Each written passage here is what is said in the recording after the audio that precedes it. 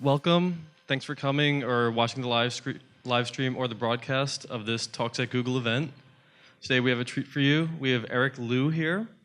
So Eric Liu, he's the founder of Citizen University, the executive director of Aspen Institute's Citizenship and American Identity program, a former Clinton administration official, and a columnist for CNN. And he actually just came out with a new book, which is called You're More Powerful Than You Think. And he's going to tell us a little bit about his philosophy on influence and creating change and how we can do this ourselves in the community. So without further ado, I'm going to turn over to Eric. Great. I think I'm mic'd up here. I don't get. You're good. Thank you, Michael, and thank you all for coming today.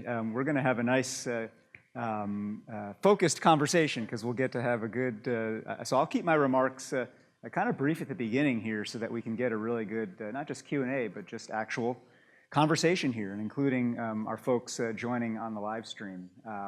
So I want to just actually give you a sense, and I know Michael has gotten books for those of you who are here. This is the book that I'm here to talk about. I'll pass this around here. It's called You're More Powerful Than You Think, A Citizen's Guide to Making Change Happen. And the premise of the book is literally the moment that we are in today, and not just with what the current occupant of the White House is doing and the response that he's provoked, but just this age that we are in right now, which extends well beyond the last 100 days to really the last several years, and not just within the borders of the United States, but around the world. We're in this moment where across the left and the right, whether you're looking at the Tea Party, Occupy Wall Street, $15 Now, Black Lives Matter, the Dreamers, you have all these bottom-up movements of citizens engaging and basically wanting to knock over entrenched, monopolized, concentrated power.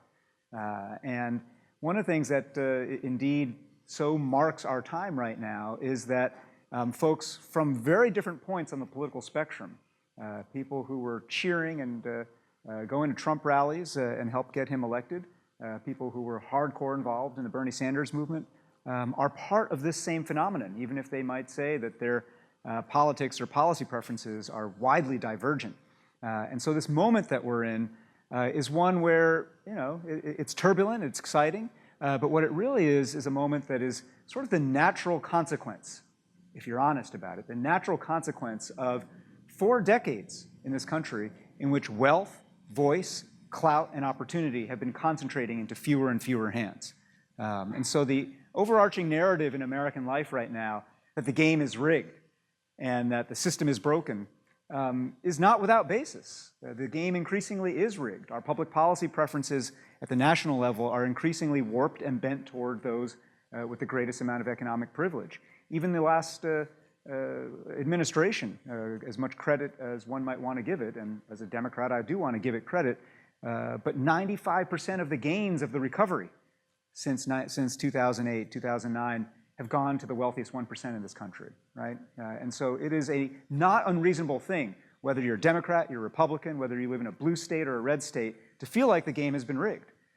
What marks this moment, though, is that we are in the midst of this incredible cross-ideological, cross-sectoral great push back. What I wanted to lay out in this book is really, what do you do after you have the primal scream? Right? What do you do after you say, I want to push back, I'm mad as hell, I'm not going to take it anymore, right? And what you do is you get literate in power.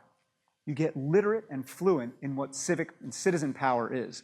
And I just want to take a moment to unpack what I mean when I say citizen power, because it's a way of just kind of framing up some of the ideas and the strategies that I lay out in this book. So when I say citizen in the first place, and that's both in my talk here, but also in the nonprofit that I run, which is called Citizen University, I want to make clear, I'm not talking about documentation status under the immigration and naturalization laws of the United States. I'm talking about a deeper ethical sense of citizenship, by which I mean membership in the body, being a pro-social contributor to community, right?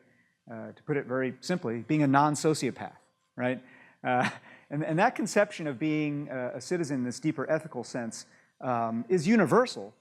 It, of course, plays out, and in the work we do at Citizen University, plays out here in the United States in a particular American context, which is about whether you were born here, as I was, the child of immigrants, or whether you are brand new here, every one of us here is an inheritor, a steward of a particular creed and a particular set of promises that this country made and frankly has never yet fully lived up to, right? So citizenship in the context of this country is about being a pro-social contributor to the body, but also a steward of that particular set of promises. Power. Let me just unpack what I mean by power. When I say power, I mean quite simply a capacity to ensure that others do as you would like them to do. And that to many people sounds a little bit menacing, a little bit creepy almost, that definition. But I think if we're honest, again, about every dimension of our lives, we as humans, as creatures with will and seeking objectives, are always trying to get others to do as we would like them to do, whether in our family or workplace or neighborhood relationships or national politics, right? The question is, when you think about power in the civic arena, on questions of public and common concern, again, I come back to this notion of literacy. Can you read and can you write power? Right? Can you read what people think of in a very colloquial way as the power structure? Right? When people say the power structure, they say the game is rigged, they have a very general but very fuzzy sense of a way in which things are stacked against them. But I think to be literate in power means to understand that there are different concrete sources of power in civic life. Money power, people power, ideas power, social norms power, the power of state action, the power of force and violence, right? All of these are sources of power that then flow through a variety of conduits throughout society, whether those are organizations, networks, narratives, different conduits. Some are formal and recognized, some are informal movements, but whatever conduits they are, when you kind of add up this notion of sources and conduits, that gives you what you colloquially think of as the power structure, right? And if you want to actually be able to make change in civic life in our times right now, you've got to be able and willing to read that map of power, right? But power literacy, as it is with actual literacy, is not just about reading, it's about being able to write too, and to write yourself into the story and write yourself or rewrite that map or that array of sources and conduits of power. And so in this book, I talk about there being 3 laws of power in civic life that are worth probably just unpacking here as kind of grist for our conversation. Law number 1, power concentrates. That's just the way of the world, right? Power, like almost any resource in any physical or metaphysical system, compounds. Those who have some tend to get more. Those who have clout tend to get more clout. Those who have visibility in celebrity tend to get more. And that is the nature of life in a complex adaptive system. And I don't have to tell people who work at Google, that is the nature of life on the network, right? Power compounds when the system is left to itself. Law number 2, power justifies itself. So at every turn, people and institutions that are incumbent holders of power will spin stories about why that is and why that ought to be that way, right? And these stories take a variety of forms. They can be dominant narratives about explanations of, for instance, why, in a different age and to an extent still today, white supremacy was a good narrative, good example of a narrative in which power is justifying itself. To a continuing extent today, male supremacy is such a narrative, right? But another one that takes the form of economic explanation is what you might shorthand as trickle-down economics, right? Trickle-down economics is a story, is a fable that has relatively, actually little to do with fact. But it is a nice story about how if you treat those who have wealth really nicely and coddle them in the tax code and our policy preferences, their prosperity will leak its way down to everybody else, right? That is a classic instance of power justifying itself. So if you take these first 2 laws, that power compounds and power justifies itself, you get into a pretty grim doom loop, where fewer and fewer people get to hoard and monopolize more and more of the power and tell you why they should be able to grind you down to dust, right? What breaks us out of that doom loop, at least theoretically, and at least, again, in principle, in a country like the United States, is law number 3, which is that power is infinite. And here I mean this very concretely. I don't mean this in a, I'm a Seattle guy coming to the Bay Area. I don't mean this in some kind of new agey way, right? I mean it very concretely, that in civic life, new power can be generated out of thin air where it did not previously exist, right? That unlike a physical ecosystem, right? The laws of physics tell us that, this is if you're going to get more heat or energy, then someone else in this room has to get less, right?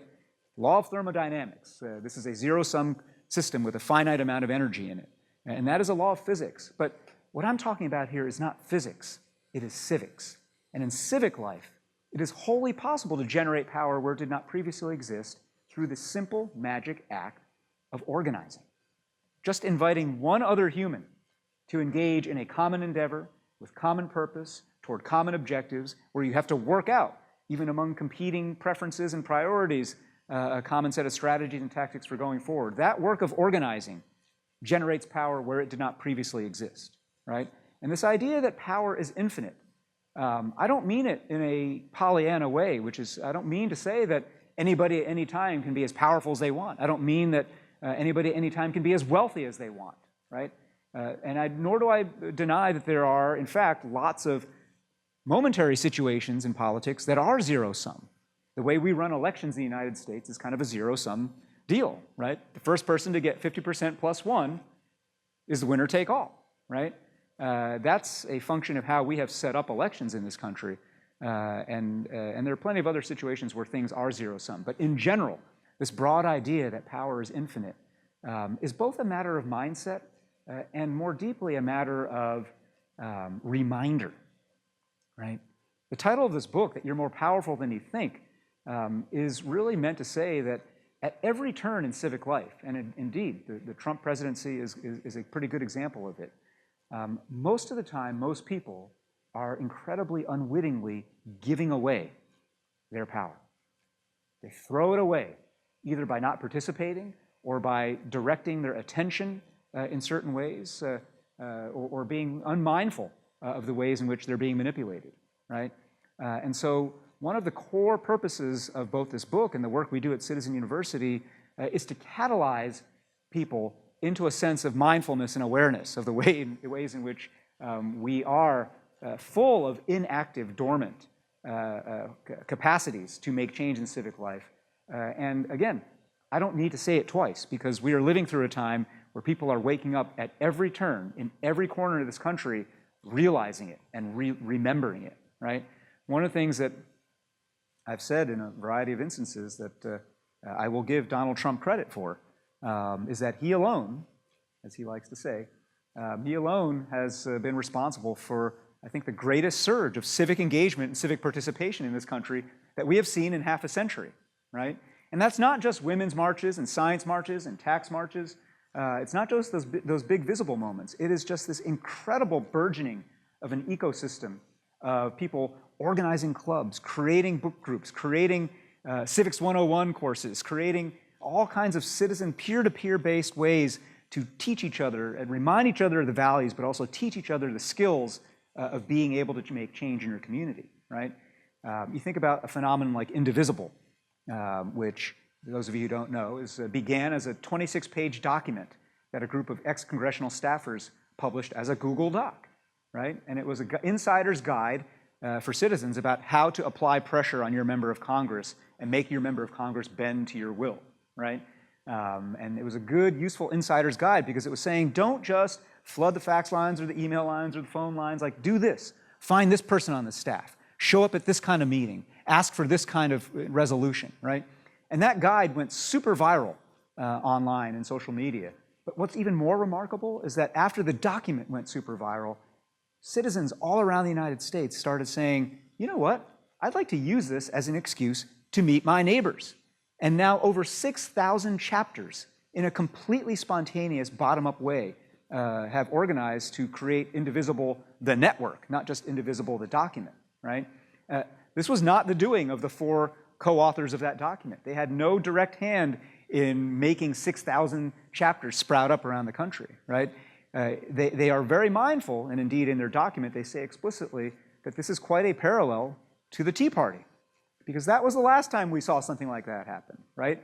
And whether or not your politics are Tea Party politics, as a person who works in promoting and celebrating bottom-up, self-organizing, peer-to-peer citizen power, I tip my hat to the origins of the Tea Party, because it was just the same kind of thing, right? At the beginning, groups of pissed-off citizens deciding that they were not just going to sit and yell at the TV or yell at their screens, but they were going to start organizing. And they were going to start organizing through, back then, I mean, in 2010, old-fashioned technologies like conference calls, 1,000-person conference calls, right? Facebook and Twitter weren't even as powerful mediums then as they are today for organizing. And what they were able to do to activate, again, not just dormant outrage, but dormant power, is, in many ways, the explicit precursor for what Indivisible is doing today. So, with these three laws, that power concentrates, that power justifies itself, and that power is infinite, come three simple imperatives for action that I just want to put on the table here as a way to kind of tee up our conversation. So if power is always compounding and concentrating into these monopolistic winner-take-all games, then our imperative in civic life is to change the game. If in the second place, power is always justifying itself, spinning out new forms of propaganda and narrative and just-so stories about why it is the way it is, then our imperative is to change the story. And if in the third place, most people forget that power is in fact infinite, and they stay stuck in these mindsets that power is finite and zero-sum, and there's no point in getting involved because the game is rigged and I can't do anything and I'm voiceless, then our imperative is to change the equation for them. And so these three imperatives of changing the game, changing the story, and changing the equation both provide the architecture for the back half of this book, and each one of those three imperatives yields a set of strategies for how you actually do that. And I think here in conversation, I'd like to just talk about both some concrete instances of this, but also hear your stories and your thoughts about movements that you might be involved in or change that you'd like to see happen. But I'll tell you about just a set of concrete examples to make this a little bit less conceptual for you, that illustrate these notions of changing game, story, and equation. So I'm from Washington State, live in Seattle, and an example that I would give you of actually all three, changing game, story, and equation, emerged in the immediate wake of the Sandy Hook Massacre in Connecticut. When that massacre happened, a group of friends of mine and I, just citizens of Seattle, none of us was elected, none of us was held public office, a group of friends and I said, we got to do something. We got to do something in our state. The United States Congress is bottled up, but we've got to be able to do something in our state. Washington State is a generally Democratic state. At the time, our legislature was controlled by Democrats, and the governor was a Democrat, right? And so we said, okay, we got some folks together, we got some people who were experts, and we came up with a proposal for a simple piece of legislation that mimicked what had long been on the floor of the United States Congress and had died there, a proposal to institute a system of universal background checks for gun purchases. A common sense proposal that is supported by vast majorities of the American public, Republican and Democrat, by even majorities of NRA members, right? We thought this is sort of an easy thing to do after Sandy Hook, a responsible thing to do. And in organizing this group of citizens, we actually gave ourselves the name, the Washington Alliance for Gun Responsibility, right? Well, what we learned in fairly short order was that what seemed like a common sense thing to do, what seemed like a fairly easy lift in a Democratic-controlled state legislature, was going to run up against a particular game that the gun lobby had been playing. And their game was an inside game of politics in which they weren't really trying to appeal to a broader public. They were simply thinking about finding 3, 4, 5 members of the legislature, Democrats, who represented swing districts, and if they could apply enough pressure on them and control those members, they could bottle anything up and keep any proposal from actually ever getting to the floor of the legislature. And indeed, the NRA had been super successful in playing this inside game, right, in the legislature. And they were successful as in this particular case. They kept this proposal from ever getting a hearing or getting a vote. What we had to do as citizens then was to change the game. Fortunately, in our state, as here in California, we have a particular set of tools for doing that, and that is going to the people, right? And so we shifted gears, shifted games, and said instead of just trying to work the legislature and lobby inside Olympia, our state capital, we got to go out there and start getting hundreds of thousands of signatures. We got to get a measure on the ballot to do the same thing. And we decided as a matter of strategy to bypass the inside game and play an outside game, go to the public, and ultimately, Initiative 594 passed, and Washington became the first state in the Union to pass by a vote of the people universal background checks for gun purchases, right? That story is an instance not just of changing the game, but also of changing the story because, well, it's actually embodied in the name of the organization. Washington Alliance for Gun Responsibility is a name that makes an argument, right? The debate around guns is a debate about gun rights, and in the words of the gun lobby, gun control, right? It's either gun rights versus gun control. And we rejected that framing. We said, look, we respect the fact that there is a Second Amendment to the United States Constitution and it guarantees certain rights, right? But our view as citizens, our view as adults, as grown-ups, is that there is no such thing as rights without responsibilities. And that if you have a worldview that just says, I get to have unfettered rights and do whatever I have without regulation, restriction, or encumbrance, you're not a citizen, you're being a toddler, right? And so that narrative shift wasn't just a matter of framing and spin, it was a matter of making a bigger argument that what we've got to do as a grown-up country, and certainly in the wake of something like Sandy Hook, is to be able to balance our rights with responsibilities, right? And that narrative was one that was incredibly compelling to people who weren't usually so receptive to measures that might restrict or put some kind of regulation on the commerce in guns, right? NRA members, folks in law enforcement, people in more conservative and rural neighborhoods began to see the wisdom of what we were talking about. And you don't have to tell, I mean, the NRA rank and file, most gun owners are really big on responsibility. They're really big on gun safety. They're really big on teaching their family how to and not to handle firearms, right? It's the NRA leadership that is dogmatic about not allowing any kind of such reforms. That's the story. Well, how do we change the equation?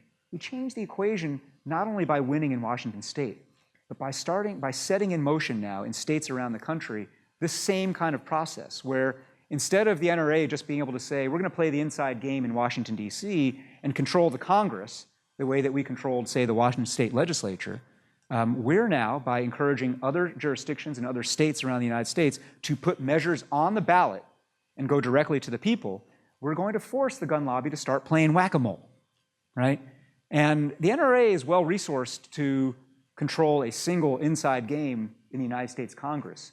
They're not so well-resourced to play whack-a-mole in states and cities all around the United States, right?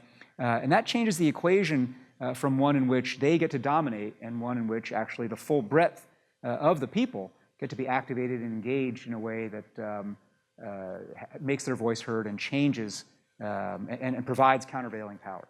So I give you that example just as one way to make concrete these notions, but I think all around us right now, whether it's guns, whether it's economic inequality and jobs, whether it's the future of the gig economy and things that are very vivid here in the tech community, whether it's housing affordability and inequality in places like San Francisco or in Seattle where I am, on all these questions, the fundamental issue in any issue of civic power is this: who decides, right? Who decides? And I just want to close my remarks here by saying that when I'm telling you that you're more powerful than you think, when I'm giving you this mental framework for how to think about power, when I'm laying out some of these strategies for how to exercise power and change the game and change the story and change the equation, it's all about directing it toward you being part of the answer of the question, who decides, right? And I think we're, again, in this very exciting moment right now where lots of folks who have been on the sidelines, who have not been participating at all, are now starting to realize that it's not enough just to be a spectator, that it is time to learn how to participate, and it is time to move beyond just that primal scream. We now have the obligation, those of us who have capital. If we're in this room or in this live stream, you have capital of every kind: social capital, political capital, intellectual capital, relationship capital. Those of us who have capital now must choose to circulate it, must choose now to democratize our understanding of how you get stuff done and how you make change happen, because that's the only way in the bottom up and from the middle out that we're going to actually heal the body politic. So thank you for having me here today, and let's just open it up for a wider conversation. Thanks again for coming.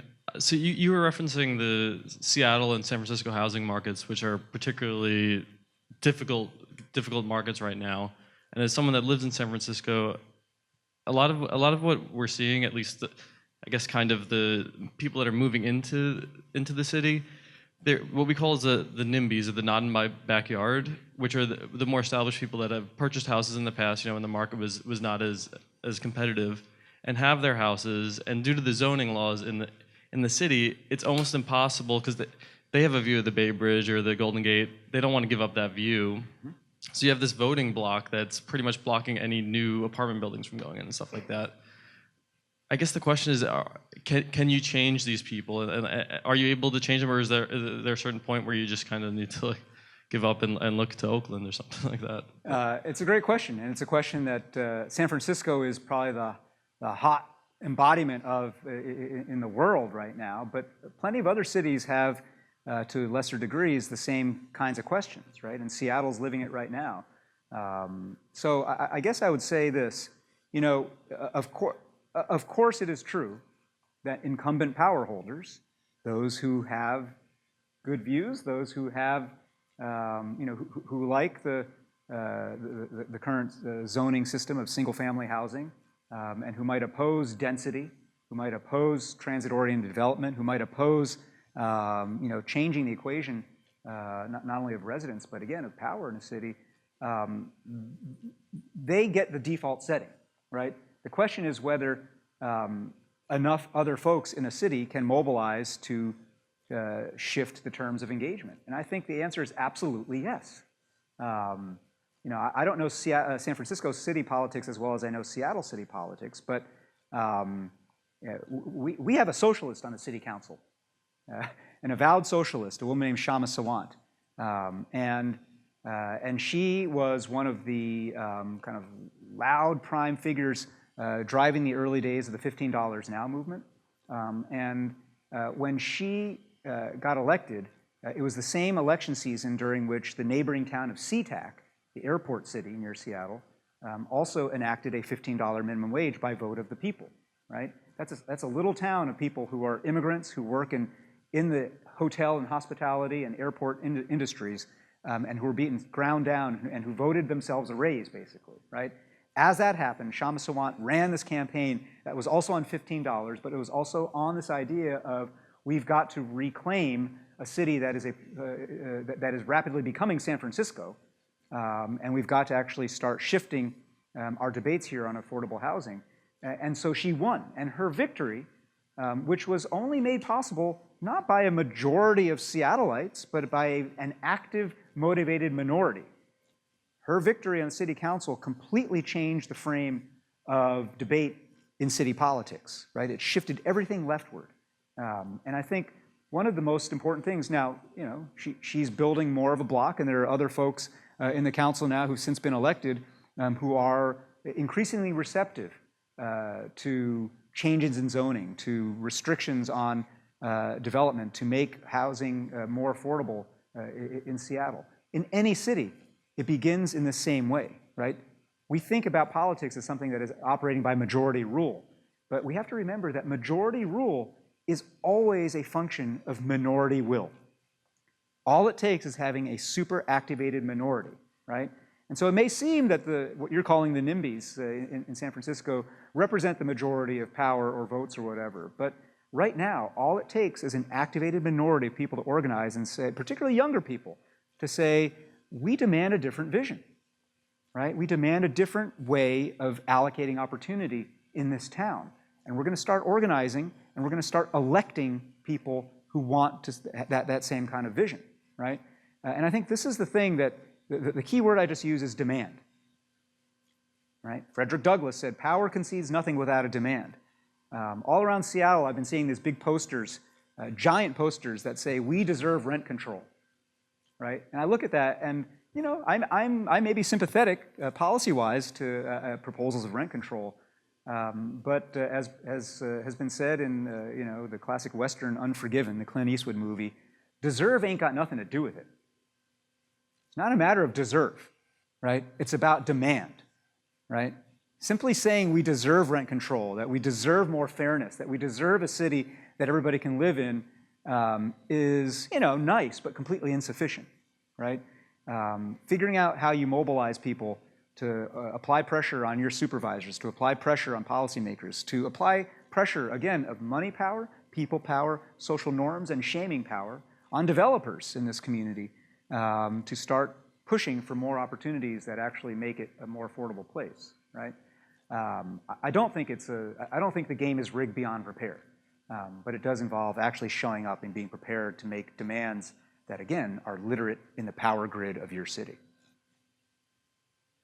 Okay, for the next question, we have Russell from the live stream, and the question is, do you think our current economic inequality is related to the decline of labor unions? And do you think there could be a replacement institution that advocates for labor? That's such a great question. The answer is yes. Our economic inequality is not just correlated with, it is causally related to the decline in unionization in the United States, right? And I think that, and it's a very simple thing to understand, that capitalism, we've gone from a notion of capitalism that is about prosperity for all to a notion of capitalism that is about prosperity for capitalists, right? And that is what happens when you have a system in which there is no countervailing power to capitalists. It is in the nature of capitalism for capitalists to want to drive costs down to zero, right? Left to itself, capitalism does drive things and wages down to subsistence near slavery wages, right? The only question is whether you have countervailing power, institutions of countervailing power. Unions used to be that kind of institution, right? And through a variety of things, a variety of forces, including, by the way, the corruption and ossification and calcification of unions themselves. They often have been their own worst enemies over the last several generations. But I think that's a secondary factor. The primary factor was a concerted effort in public policy to break unions, right? To make it harder for unions to organize, to make it harder, to make it easier for employees to bypass unions. So we're at, again, that same 4-decade stretch that I described at the outset of worsening and radical severe income inequality is a 4-decade stretch in which unions have been ground down. The second part of the question, though, I think is super important because there's no magic wand today to wave that's going to turn our economy back into a major union economy. Private sector unionization rates are 7%. 7%, right? So the only place that the toehold that unions have is in the public sector, and quite frankly, in ways that are problematic, and that's because employers in the public sector are also politicians who also depend on contributions from unions, right? That's an inherently messy situation. In the private sector, the day in which unions come back is not going to come. And so we've got to start thinking, though, about new, innovative ways to generate countervailing worker power. There's actually one that I want to tell you all about here that's located here in the Bay Area, and I happen to serve on the board of it. It's called the Workers Lab. It's based in Oakland. And the Workers Lab is this, you can think of it essentially as a venture capital firm that's meant to incubate and seed new ventures in activating worker voice and worker power. And so it has been investing in apps that help people in the kind of Uber economy to be able to communicate with one another. It's investing in various other tech tools that provide a whole lot more transparency on things like scheduling in retail. It's providing other channels for freelancers and others in the gig economy to begin to pool resources for collective forms of insurance and so forth. And they're also just beginning to seed research into new forms of what you might think of as social insurance, right? What you realize right now is that if unions aren't coming back and we have an increasingly gigified economy, either we're just going to let people like Uber drivers or frankly contractors to tech companies like Google just be wholly on their own, or we are actually going to agree that we're all better off when we're all better off, and that we together actually have a responsibility to create some network of mutual aid for people in the gig economy, right? My friend David Rolfe, who actually does run a union. He runs, he's one of the more creative young leaders in the labor movement today. He runs an SEIU local in the Northwest. And I write about him in the book. David was one of the co-catalysts of this workers' lab, but he has also been thinking and writing with some interesting bedfellows from the business world, from the Reform Conservative movement, from the R Street Institute and other places, getting people from right and left to say, okay, like it or not, we're in a gigified world. Let's think about how we create a system of portable benefits in which corporations across the board have to pay in to a pool, and government maybe supports and pays into this pool, but where any employee who's working in any worker who's working in a gig economy knows that she or he carries with her or him a portable set of benefits that don't rely on the employer, right? That's a different way of thinking about the employer-employee relationship, but it recognizes that in this network age, we've got to come up with new tools and new formats for doing this, right? That requires some wonkiness in trying to figure out, just how you design and structure that. It's a great question for people at a place like Google to be thinking about, like, how do you design that, right? But before you even get to the design questions, it requires that fundamental philosophical commitment to the idea that countervailing worker power matters. And it matters not just because you don't want workers to get screwed. It matters because you want capitalism not to tip over, right? When there is no countervailing power, you get what we got in the financial crisis. You get just ever more insane forms of financial engineering and financialization of an economy that is unchecked by these countervailing forces, and the economy tips over and it collapses. But what we've got to do right now is to pay attention to these forms of creativity and countervailing power.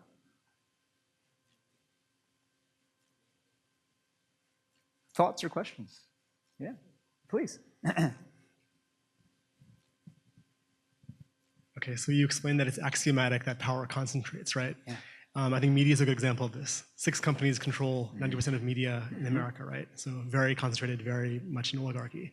One thing I thought was fascinating about the past election cycle, whether you agree with the outcome or not, was that Trump's use of Twitter and also the social media effect to kind of provide countervailing narrative against mainstream media was a huge game changer, I think, and something that we'll see going forward, election to election. Could you speak about technology's role in decentralization of power and what more can be done there? That's another great both observation and question, right? I mean, candidate Trump is one of the most important embodiments of all 3 imperatives I was talking about. That man knew how to change the game, the story, and the equation, right? And he knew it intuitively. He's not, if you were to ask him how he did it, he might not be able to give you a fully articulate playbook. But he had a particular kind of genius for doing all those things. And I think the one that you focus on in particular is quite at the heart of it, his sense of how to, in every phase change in politics, the elected leaders who rise to the top are those who anticipate the ways to exploit new kinds of media. And that's as true of a Trump as it was true for an LBJ, who was very skillful at exploiting radio in the 30s and 40s as he was rising in politics. It was, of course, true of Hitler, but it was true of politicians. It was true of Teddy Roosevelt, who understood that the kind of arrival of tabloid newspapers made it necessary for someone who was indeed a very thoughtful, intellectual person to basically make himself into a cartoon, right? And to make himself into this figure that people could tabloidize in the best way, right? So at any time, our politics does respond to that. But your question about how does technology and media and the decentralization of it, change the power equation? I think profoundly. Look, I mean, all the debate and the anguish about fake news, it is, fake news is a consequence of 2 things. One is this multi-decade decline in civic literacy and civic education, where people don't know their own minds, and they don't know how to seek out knowledge, right? And so we the people are super susceptible to fake news, right? But there's always been fake news, right? Fake news is like a virus that is in the body, but it only actually takes over the body when your immune system is super compromised, right? And we've been super compromised because of that civic illiteracy. That's force number 1. But force number 2 is the one that you put your finger on, which is, hey, everybody's a publisher. Everybody's a media outlet. Everybody's a, there is no, we've leveled completely between InfoWars and CNN and between, Breitbart and the New York Times. And so there's just kind of this flattening in a way, much less individual bloggers and, and people who've built giant followings just on social media, right? I actually think, quite frankly, the net of that is harmful to democracy. All the ways in which hierarchy flattening media technologies were meant to democratize and revitalize democracy, I think have been swamped and subsumed by all the corrosive and corrupt ways in which that very same flattening has allowed certain kinds of viruses to take hold and to spread, right? What's the remedy?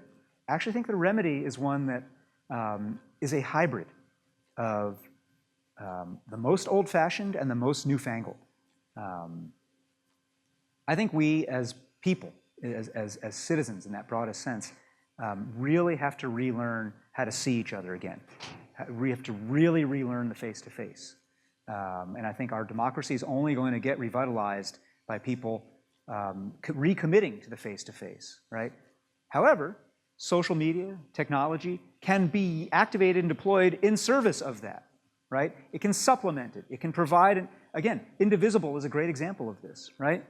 Pre-internet, Indivisible would have been a nice thing. I actually write about a thing. In 1969, a group of 12 women who were really ticked off about the way that the healthcare system was so oriented around the male body, around the male kind of standard and everything else like that. They wrote this 69-page document about proposing ways that the medical system and the healthcare system be paying more attention to women. They photocopied it. It became this kind of guerrilla thing. It spread, over years in this way. It ultimately became this famous book called Our Bodies, Ourselves, right? But it took them months and years for that thing literally to get photocopied, mailed, stapled, and spread, right? Indivisible, bam, right? Overnight, literally, right? But the beautiful thing about Indivisible is not the way in which the document spread. It's the way in which the document became the inspiration and the catalyst for people in places to say, I'd like to see my neighbors. I'd like to meet people face to face and talk about this. I'd like to be able to feel what it's like in a room, to sense if you're with me or not with me, to feel if you're like starting to cross your arms and give me body language about, I don't like where you're going with that, right? These kinds of things about the theater of being citizens together in democracy is what we've got to revive. And I think, so I'm not being a Luddite. I'm not saying turn off your devices, turn off your screens, and just reconvene in the town hall. I'm saying let's think about how we activate Google. Let's think about how all the folks here in the civic side of Google who are developing all kinds of cool tools and cards and apps that you can use in mobile for voting and for understanding where your district is, let's use those same kinds of smarts to help activate the ability of people to see each other again and to organize themselves again, right? The simple watchword that I have for this moment right now, this is a time where people are saying, like, what do we do? What do we do? Like, I went to the march, what do I do? And my answer is very simply, be like Ben, by which I mean Benjamin Franklin, right? Benjamin Franklin was this addicted, nonstop, kind of inveterate club maker, like stamp collecting clubs, philosophical clubs, artisan groups, debate societies, the first public library, the first fire department. Like, the guy couldn't help but make clubs, right? Either make a club or join a club, but reconnect with people in a face-to-face way, right? And then think about how we can deploy decentralized technology to accelerate that. If some of those clubs are about, hey, let's have a fact club, let's have a news club, let's talk about kind of, that's the way in which this, again, from the bottom up and the inside out, we're going to revitalize democracy. Got another question? Yeah, mine's kind of a follow-up to that about the technology aspect, and specifically with the Indivisibles movement. I thought the Google Doc was a great way of finding out how to contact people. The challenging thing for me is the best way to contact a lot of these local congressmen, and even at a senator level, was calling a landline phone, sending a letter, writing an email. Yep. From an operations and technology perspective, it just seemed like very antiquated. Yeah. And I was wondering, like, do you think it's something that, like, is this where, like, a third party needs to step in and really, like, introduce that medium? Maybe there's strategic advantage in, like, or at least in keeping the status quo for the politicians, where it's almost like you could easily drown out or like that, or even at a town hall, there's some sort of like selective bias in the people that show up and talk, and you can control the access to the town hall. Like, what do you see as like the next steps here? Is it something that will fix itself, or or does it actively need like other people stepping in to help it? So it's another great observation and question. Let me be really clear. Nothing fixes itself. Indeed, systems left to themselves, again, things concentrate, things tip over, things die, right? A prior book of mine is called The Gardens of Democracy, and it's just to that point about complex adaptive systems, when left to themselves, tend toward these situations of concentration, and that to be a gardener means to weed and seed and feed and recirculate, right? So, but your specific question, I think, the actions that Indivisible is asking you to do feel antiquated. The modes of engaging with Congress. If you go to a town meeting or a public meeting, and not just Congress, if you go to your city council, right? If you go to your town meeting, if you go to your library board or your utilities commission, they are incredibly antiquated. And I think there is actually a great opportunity for innovation there right now. Citizen University, my organization, is going to be working with the Pepperdine School of Public Policy in LA, actually on a project that we're calling Reinventing the Public Meeting. Like, how do we blow up, public meetings are torture, right? You go, you sit in a room for a long time, you wait your turn to stand at the mic, and you get 2 minutes maximum, while the members of the body sit there and they're not really listening to you, right? They're doing their other work. It's just sort of for show, and then it's over, right? Sometimes, if enough angry people come, they storm and they flood that meeting, and they hold the mic for more than 2 minutes, but it's still this totally suboptimal way of engaging, right? I think this is a great question for us together right now. People who care about civics, people who care about tech, people who care about power. How do we redesign the public meeting? How do we redesign forms of public engagement, right? How do we hold different elected folks to account in different ways?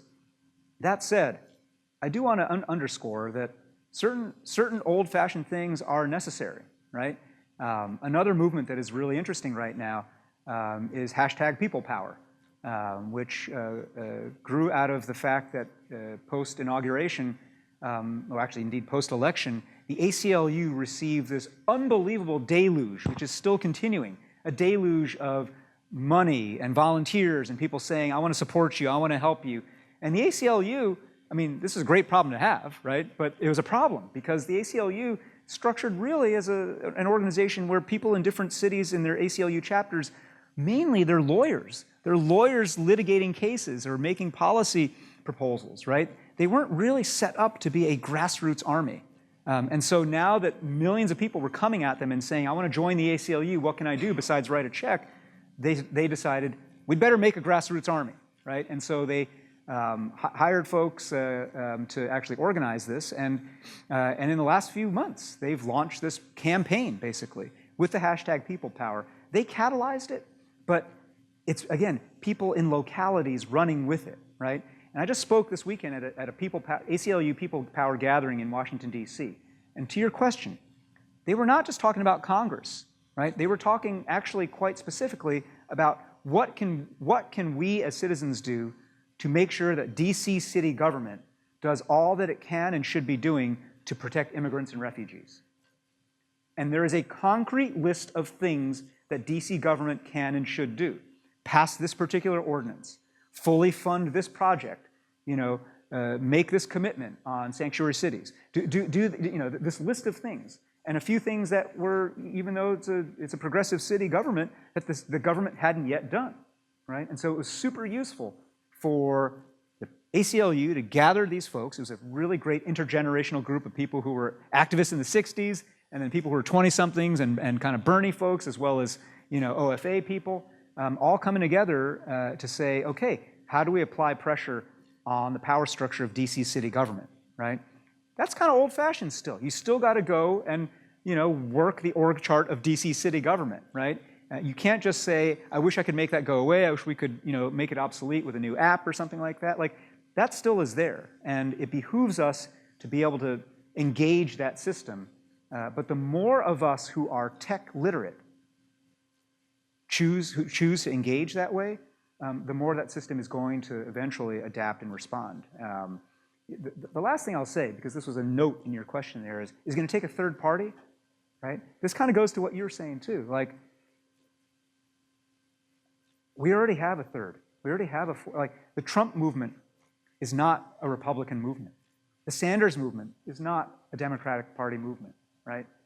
They each have been fit uncomfortably into those boxes, but technology and this moment of the great pushback are yielding already new kinds of movements that don't fit in the boxes of our party duopoly.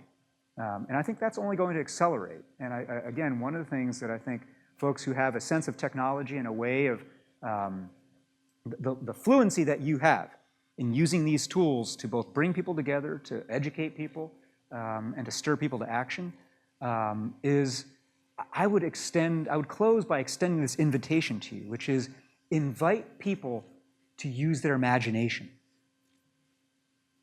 Like, it's literally, we got to think outside the box or the boxes that are called R and D, red and blue, right? There's a wide open field of new ways for us to engage here. And some will take, some will be something like a people's party. Some will be short-lived movements that arise for a bit, but then, shape and push one of the established parties. Who knows, right? I mean, had Donald Trump lost the election, the Republican Party probably would have shattered right now. We'd be talking about the remnants of the Republican Party and how there would be a nationalist party over here and a kind of a capitalist party over here, and there'd be a kind of a traditionalist party over here, right? All of those clusters of want and all of those clusters of identity are still in the ecosystem, right? How can we exercise our imagination to give them fuller expression? That's part of our opportunity and part of the invitation that I extend to all of you here at Google in this moment as citizens. With that, let's thank Eric for coming here today to join us. Well, thank you for having me here. This has really been great.